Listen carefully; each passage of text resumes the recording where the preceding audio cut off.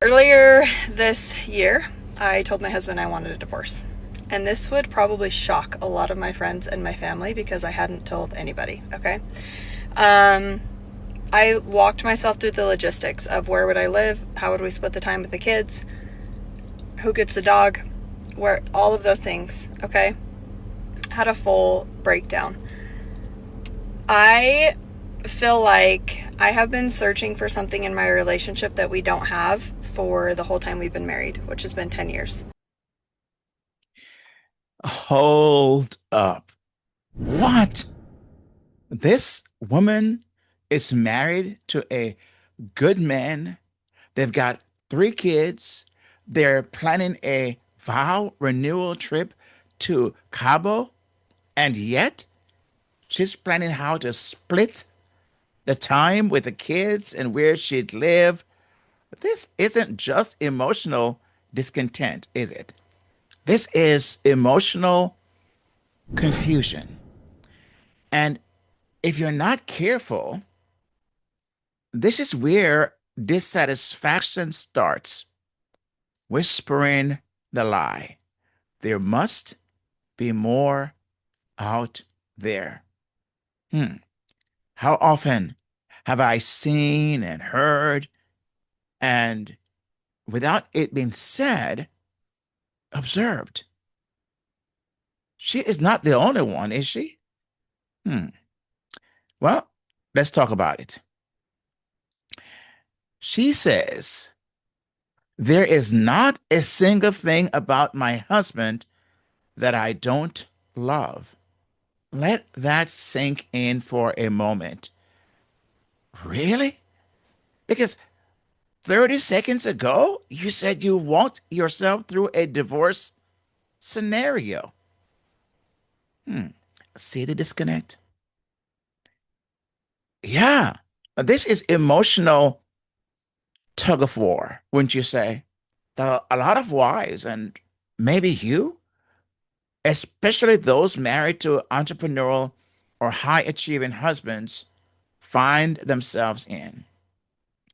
They love their men, no doubt.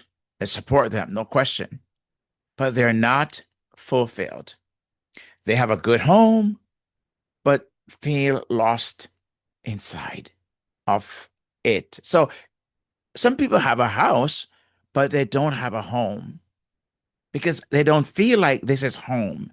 How often have I spoken to couples, a spouse who said, I don't want to go home. I'm in no rush to go home after work. I hope that's not you. But I have heard it so many times in my work, over 2 decades of working with spouses like yourself and couples, hundreds. I've heard it in one way or another, where a spouse may say, oh, I stay at work and after work I go to the gym or I go to the mall or I stop here or I stop there. Why? They're in no rush to go home because home is not what they want it to be. It's not like it's something in their mind awaiting them.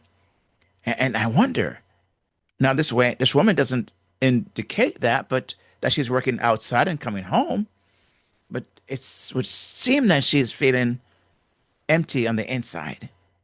And here's what happened. Many people, many spouses, many wives can't even explain why. So stick with me as we break this down and we watch her story unfold of what led her to this place. Now, as you stick with me and to the end, I would want you to know I have a free gift for those of you who do. Yes, it's called the Reconnect. It's a quick guide for wives who feel like they're doing it all. Is that you?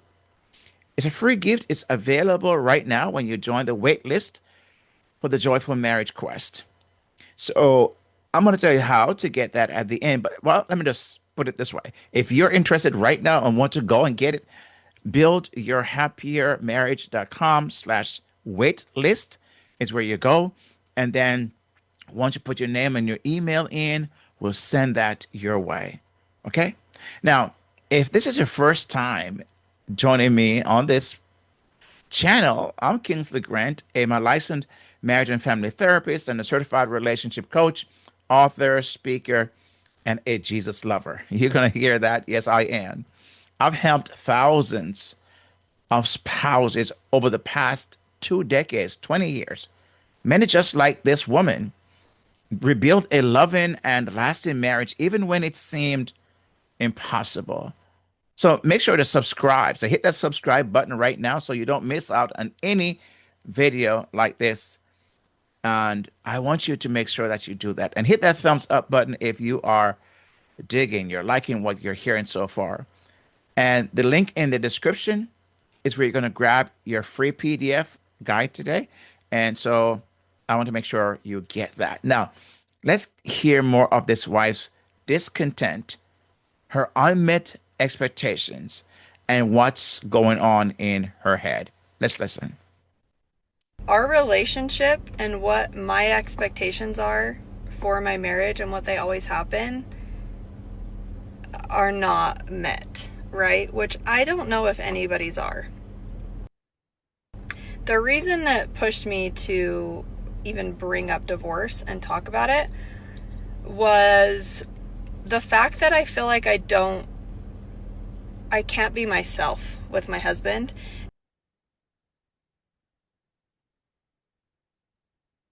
Hmm. This is where resentment is born. It's in the gap between expectation and reality. But here's the thing, whose expectations are those? Where did they come from? Social media? Romance novels? Some TV channel? Childhood fairy tales? Where did this idea or these expectations, where did they come from? Even the Apostle Paul had to learn contentment because that is what we're seeing here, a lack of contentment. And in Philippians 4, verse 11, Paul says, I have learned to be content whatever the circumstances, whatever the circumstances. And he described many of the situations he went through. So it doesn't matter our situation. If we so choose, we can learn some things. And we're going to see that maybe this is what this woman needs to do, but for some reason, she's not there yet. So maybe if it's not that her husband is failing, it's that her expectations were never grounded in truth. And maybe, just maybe, she needs to learn to be content. What would you say? I would love to hear your thoughts so far. Would you be leaning in this direction after what you've seen and heard so far? I want to say to this woman, wife, do you know how many women would love to exchange places with you? Oh, yeah, a lot. This woman is experiencing identity crisis, right? By her own words. Could this be an issue for her? We know it's not midlife crisis because she is just 32 years old, unless she is in the early stages of one. But here's what she had to say about this very thing we're describing, and like her own words, see if this is an identity issue thing. And I'd love to hear your thoughts, what you think about what she had to say. Let's watch. There is not a single thing about my husband in and of himself that I do not love. Let me be very clear about that. He is the most self-disciplined, loyal, hardworking, good person that you could meet on this planet. And that is probably the reason, that is the reason why I have not left. Okay? Ah, there it is. This isn't about him. It's about her. You can't be yourself with someone if you don't know who that self is. She's trying to find herself in her marriage instead of before her marriage. I cannot tell you why I tell couples many times in premarital counseling that if you're thinking you're going to get married and somehow either change the other person or this marriage is going to make you. Now, of course, marriage is a an environment that helps you to grow and develop and stretch and become better at life if you allow it with God's help. But it's not a place to come and say, I'm going to figure out who I am. No, you do that before you get married. Now, this is a spiritual and emotional identity void, and no man, as you can see in this video, no man, not even a good one like her husband, can feel that because it's something that God feels. It's something that God has created for himself to pour himself in if we let him. But she's trying to put all of that on her husband. You know what? I tell couples many times, and I tell spouses, especially if they come by themselves, I'll say, listen, your husband, your wife, is not meant to meet all of your needs. They say what? Are you kidding me? No, I'm not kidding. God didn't intend for your husband to meet all of your needs. Now I'm talking about, I'm not talking about the essential needs, like, your sexual needs, of course, your emotional needs, of course.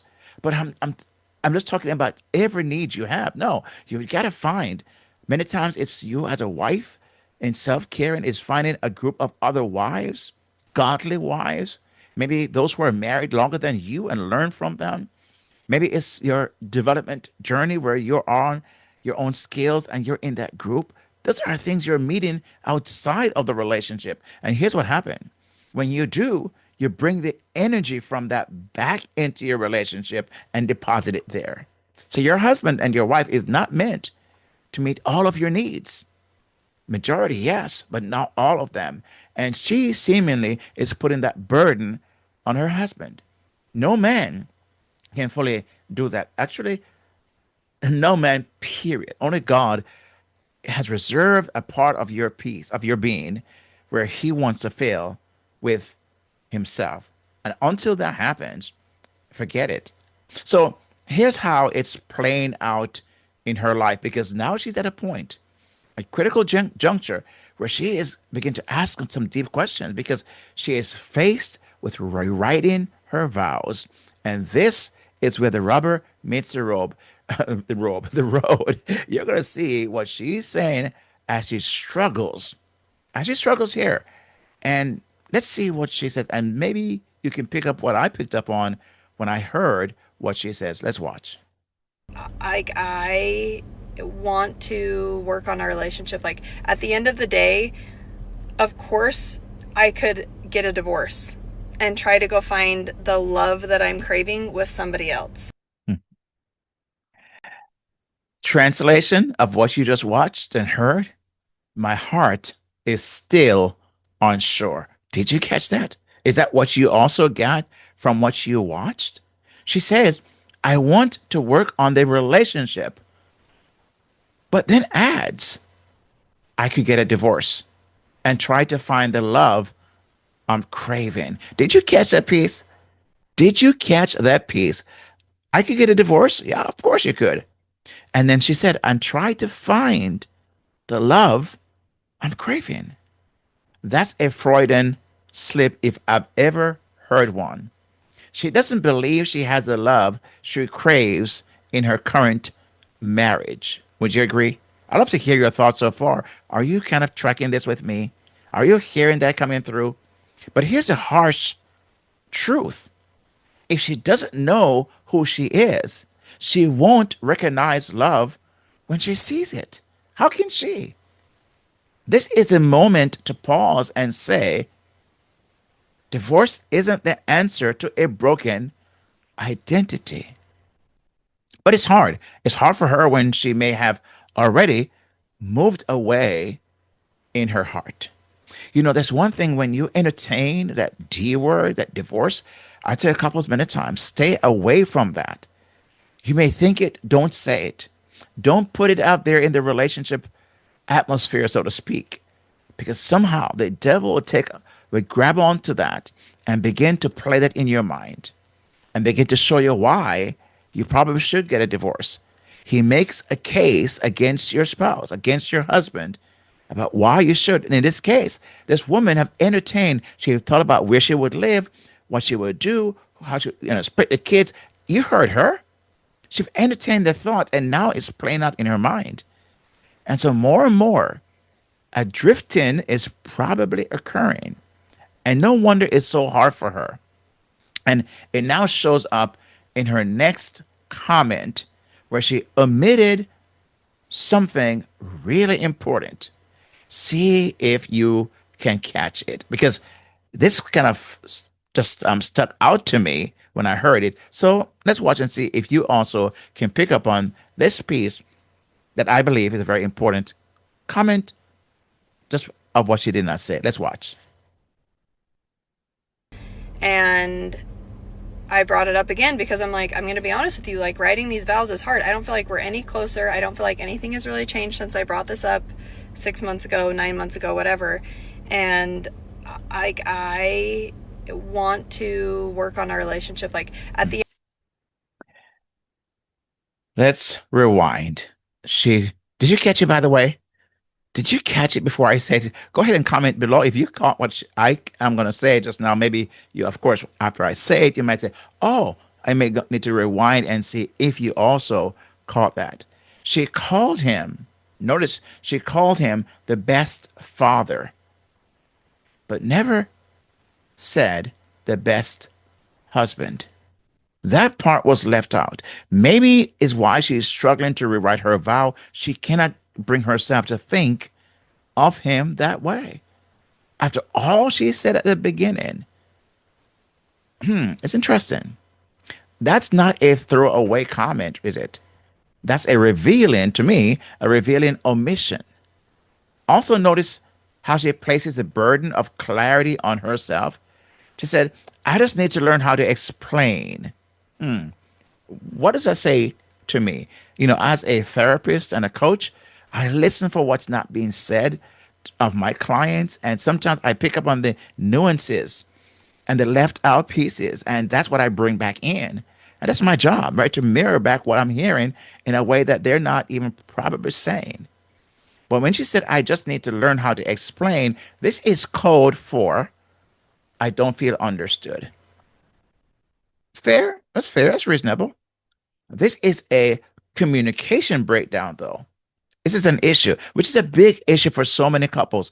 I cannot tell you that the hundreds and hundreds of spouses I've worked with over the last several years, this is a main issue. Majority, I would almost say 90% of couples, when they come in or a spouse are coming, they will say, we just don't communicate. We're not on the same page. And they will start there. And of course, there are other issues, but this is where they start. And she said, basically, her comment is reflects a communication issue. And once the foundation we build everything on here. See, the thing is that may need to be where she needs to go work on is possibly how to be more effective in her communication and him and listening and all of that can come. And maybe what she needs to do at this point is even put instead of putting this out there for the media, I mean, sorry, social media platforms to become the therapist for her and to feed her ego or agree with her or sympathize with her. She's looking for something. This woman is looking for something, and that's why she put it out there. What she should have done instead is take that, number one, to God in prayer, and number two, seek godly counseling, wise counselors, wise therapists, people who know how to navigate these moments. That's what she should have done. And it's interesting that many times a wife like this is taking stuff like this outside for the social media clicks and the likes and the feedback and the ego feeding and all of that. We cannot not say those things are what possibly drives this. Why she went publicly to put this out there. I don't know. As a husband, if I saw my wife posting something like this, I would really feel away.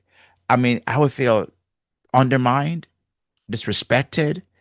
I would feel like the sabotaging of our relationship.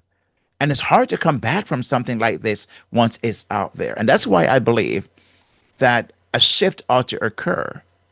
And so you will hear on this platform that I truly believe that embracing the mind of Christ is the fastest and most trustworthy way for couples to rekindle love, deepen intimacy, and have longevity in their marriage, but also to navigate moments like this. You have a better chance, I believe.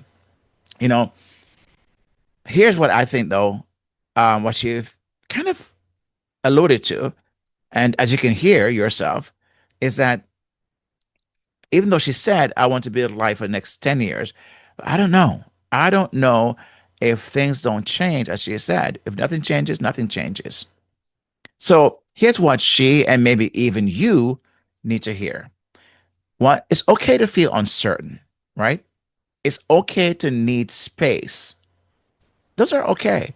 But it's not okay to start packing your emotional bags and blame your spouse for a search you were always meant to take with Jesus, with the Lord, to help you to search your heart and show you what you're missing, to search in life and find what you truly need. That's where God comes in. And that's why Paul said it. He learned contentment. Paul took his issues and God taught him how to be content with a lot, with a little, hard times, difficult times, and times like this. So you can learn it too. Don't let dissatisfaction grow into destruction. Don't let your feelings become your facts. Don't let the world's lies above love replace the truth of God's design. Because the world is skewing and is trying to erase what God has said, but don't let it happen. So here's the thing. Want to reconnect with your husband without feeling like you're the only one trying? Well, here's a good opportunity to download your book, your your guide, right? The Reconnect booklet, a quick guide for wives who feel like they're doing it all. Just hop on the wait list for the Joyful Marriage Quest, my upcoming 6 week coaching experience, and you can get that sent to you. Again, it's buildyourhappiermarriage.com/waitlist. Buildyourhappiermarriage.com/waitlist. Let's rebuild the right way. So here's a final question I want to pose and ask you to answer. I'd love to hear your thoughts on this. Have you ever felt emotionally disconnected from a good man, your husband? What helped you get through it? Or what are you still wrestling with? You can be vague if you want to and not be as specific if you don't want to put things out there, as I mentioned. But I would love to hear your thoughts. Use this conversation as something that will help to springboard your answer. So drop your comments below and make sure that you hit that subscribe button at the same time, that like button, and make sure you share this video with at least one other person. Now, I want to say thank you for joining me here. May God bless you and may your marriage experience all that God intended. And remember, let God fill that place in your heart, whatever that is right now, and seek out godly counselors and a godly relationship coach who can help to guide you and navigate this. And don't forget to sign up for the upcoming webinar again at buildyourhappiermarriage.com/waitlist. Okay. May God bless you and keep you and make his face shine upon you and be gracious to you. May you know his peace, his love, his joy, both now and forever. And please watch this other video right here and share this one as well as the one you've just watched with at least one other person. God bless you, and I'll see you on the next video. God bless.